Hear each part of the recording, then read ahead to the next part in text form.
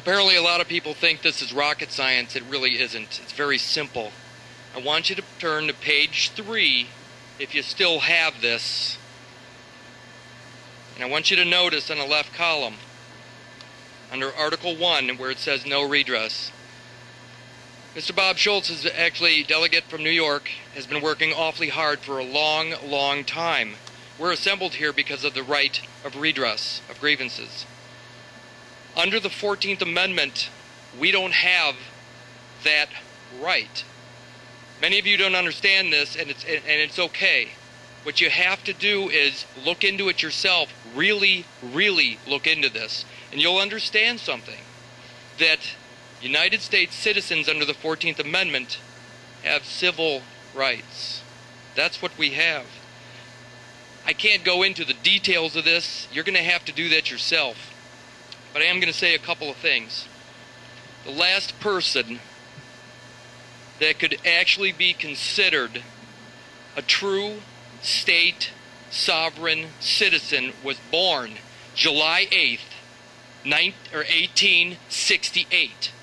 Now I know a lot of you folks that feel like you're sovereigns and you're all together here. That's coming from your heart. I understand that. But when you're standing before a judge or a magistrate, let me tell you who you're standing before. They're going to look at you and say, I'm sorry, you're not what you think you are.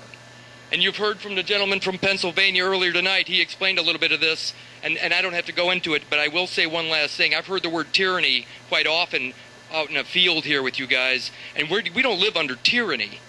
We actually live under the rule or the jurisdiction of the 10 square miles of Washington, D.C. That's all. It's not tyranny, it's law. Thank you very much.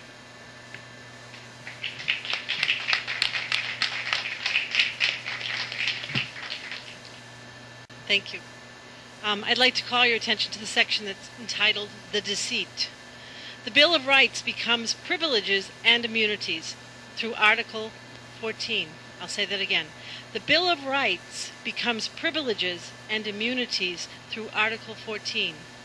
Please look at the listing underneath it. On the left-hand side of this document that was crafted very astutely, it says Article 14 status, in parenthesis, citizenship rights. We have listed each of the articles 1 through 10 in the Bill of Rights, and you will notice on the left-hand side all the things that the government does not allow us or mandates us to do, such as no free speech, no redress. We have to have maybe, pretty much, 501c3 churches. Licensing is required, warrantless search and seizure, privacy invasion, grand jury controlled exclusively by the government prosecutors, juries controlled by judges, statutory courts, arbitrary fees, immunity of judges and government officers, and no state sovereignty. Now, if you look on the other side, it says return to unalienable rights. Under Article 1, we have free speech, we have freedom of worship, we have accountability of government, we have no licensing, we have warrant with affidavit, we have Fifth Amendment rights, citizens grand jury with direct access by we the people, true jury nullification, common law courts of the people, common law rules, no immunity for violation of rights by government officers, and state sovereignty. They are two entirely different positions, the left-hand side and the right-hand side. Further implementation of the deceit of Article 14, we've listed out specific items on federal, state, and county level, categorized on page 5 and 6 in this copy. Some of you may have received a copy that was formatted a little bit differently. Notice the difference, Article 1 or Article 3 judge. Notice the difference. Department of Homeland Security, EPA, and all the three-letter friends, or no unconstitutional agencies because we are in community of citizens. We have a welfare state versus a no welfare state, a limited House of Reps, constitutional House of Reps, fiat money versus silver and gold, undeclared wars and emergency powers versus congressionally declared wars only. Federal income tax, no income tax. You can read the rest yourself. The bottom line here is, folks, there's a notice and demand on the bottom of this. These are our rights versus their claimed alleged rights of the government. And if the above resolution is not completely and finally implemented within 120 days of its publication, the usurpers of the governmental office perhaps stand to be subject to arrest and indictment by the properly constituted and lawful officers elected and installed to restore the unalienable rights of we, the sovereign people of these United States of America. This is a very serious issue, and it undermines every other issue we've talked about since the start of this conference. You will see the details listed in this paperwork. Fruit of the poison tree. Look at the root. Thank you.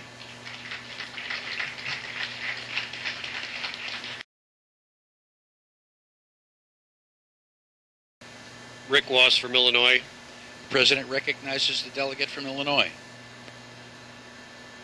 Mr. President, I rise in opposition to this. We are here based on petitions for redress of grievance that have been served to all the members of the Congress and to the executive branch. I have no petition that I know of regarding this 14th Amendment issue that has been served to anybody. Nobody in government has a chance to respond to any of this. It speaks of organic law. I know no such thing as organic law. I see it in no court decisions. I hear none of my representatives speaking about it. It is a made-up phrase, organic law. It's just a colorful term. There's no such thing as organic law. We had expert come and speak about the 16th Amendment, Jeff Dickstein, 30-year constitutional attorney.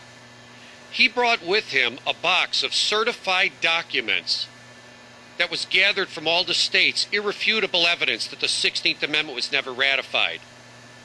I don't have any certified documents about the 14th Amendment that has ever been presented by any expert. In fact, in the Income Tax Committee where Jeff Dickstein sat, one of the gentlemen presenters here presented this whole 14th Amendment. We could hardly keep Jeff Dickstein from laughing so hard he almost passed out. He confirms it has no validity. I know Larry Beecraft, 30-year constitutional attorney. He says it's insanity. I'm involved with organizations across the country, the people who study actual real law. They find no validity to it. We have no experts that came here to tell us about the 14th Amendment. David Adler came from the university. How come he didn't mention this to straighten out the war powers and everything else? Isn't that what this is about? Forceful passion of an issue does not make it so. I don't care how many displays you set up and how angry you get. It doesn't make it so. It doesn't make it fact. We're a constitutional body here. We're not here to enact voodoo. Furthermore, do you understand the principles of this? Because I don't. It's based on Abraham Lincoln passing an executive order that put us under military rule, and then it's never been straightened out, so we've been under military rule ever since. Are you prepared to go back on CNN and tell this to the United States of America that we've all been under military rule since Abraham Lincoln drafted some executive order? Sorry. I speak in disfavor of this.